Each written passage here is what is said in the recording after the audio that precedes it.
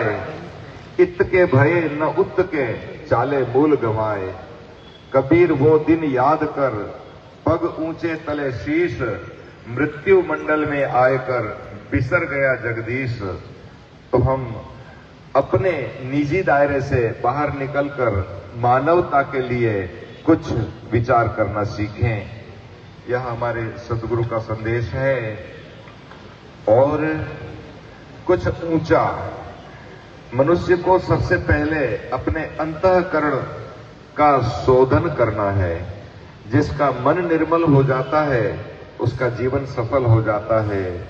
सहज ही साहब पाइया जो मन निर्मल होए। अपने मन को निर्मल करने के लिए हम क्या कर सकते हैं? कबीर मन निर्मल भया जैसे गंगा नीर, पाछे लागे हरि फिरे कहत कबीर कबीर। मन की निर्मलता का बहुत बड़ा महत्व है। हम इस बात को समझने का प्रयास करें। और तन पवित्र सेवा किए धन पवित्र कर दान, मन पवित्र तब होत है उदय होत उर ज्ञान। सदगुरु के छोटे छोटे संदेश बहुत गहन अर्थ रखते हैं। हमारा शरीर पवित्र होगा अगर हम सेवा में अपने जीवन को लगाएंगे। सेवा अपना धर्म है, सेवा ही आधार।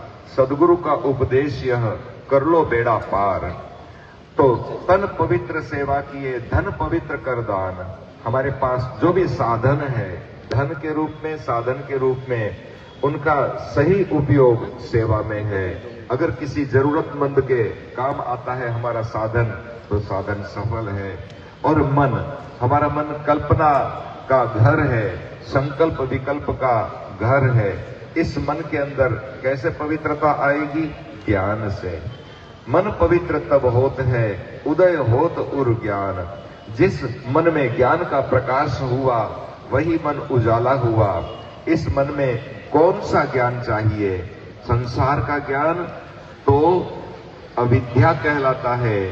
मन का वास्तविक ज्ञान आत्मज्ञान है। जो स्वयं को जाने उसे ज्ञान कहते हैं। ज्ञान सोही जो आत्म चिन्हे और ज्ञान कुछ नाही। चारों दिशा का छोड़ आसरा मगन रहे मन माही। इस प्रकार हम ज्ञान को प्राप्त हो, आत्मज्ञान को। जिन कहते हैं आत्मज्ञान बिना नर भटके, कोई मथुरा कोई काशी। जैसे मृगा नाभि कस्तूरी बन बन फिरत उदासी। पानी में मीन पियासी वही सुन सुन आवत हासी।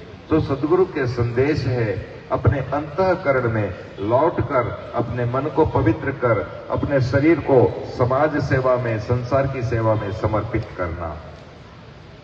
तो कोई आप लोगों के भीतर बहुत समाधान है, आप लोग संतुष्ट हैं, चलिए बहुत खुशी की